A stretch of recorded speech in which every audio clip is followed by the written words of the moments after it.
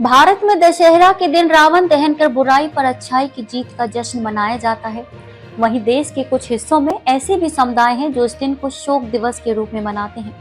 इन लोगों का मानना है कि रावण सिर्फ एक राक्षस नहीं था, बल्कि वह एक महान पंडित, शिव भक्त और विद्वान राजा था और वे खुद को उसका वंशज मानते हैं। ये मान्यता मुख्यतः मध्य प्रदेश, राजस्थान, उत्तर प्रदेश और आंध्र प्रदेश के कुछ इलाकों में पाई जाती है, जहां हर साल दशहरा पर जब देश भर में रावण के पुतले जलाए जाते हैं, तब ये समुदाय रावण की पूजा करते हैं और दहन का विरोध करते हैं।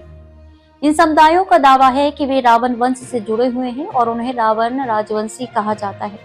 गौंड जनजाति और कुछ दसपुरिया ब्राह्मणों का दावा है कि उनके पूर्वज लंका के राजा रावण से जुड़े थे। ये लोग रावण को ब्राह्मण कुल का ज्ञानी, शिव का परम भक्त, वेदों का ज्ञाता और महान राजनीतिज्ञ मानते हैं। कई इलाकों में लोग खुद को दशानन का उत्तराधिकारी कहते हैं और रावण को मर्यादित राजा की संज्ञा देते हैं। इन लोगों के लिए दशहरा खुशियों का नहीं, बल्कि रावण के बलिदान और मृत्यु का दिन होता है।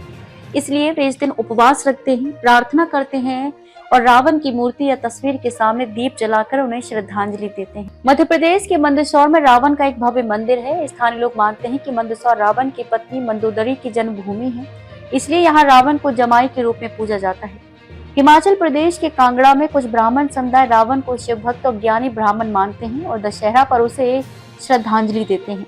कर्नाटक के कोलार जिले में कुछ ग्रामीण दशहरे के दिन रावण के पुतले का दहन नहीं करते, बल्कि वे उसके चरित्र और विद्वता की चर्चा करते हैं। आंध्र प्रदेश के कुछ हिस्सों में रावण को एक साहसी राजा के रूप में देखा जाता है। वहाँ उसके गुणों की व्याख्या करते हुए कविता और लोकगीत गाए जाते हैं। धार्मिक ग्रंथों के अनुसार रावण एक महापंडित था, वह शिव का परम भक्त था और उसे शिव तांडव स्रोत का रचयिता भी माना जाता है।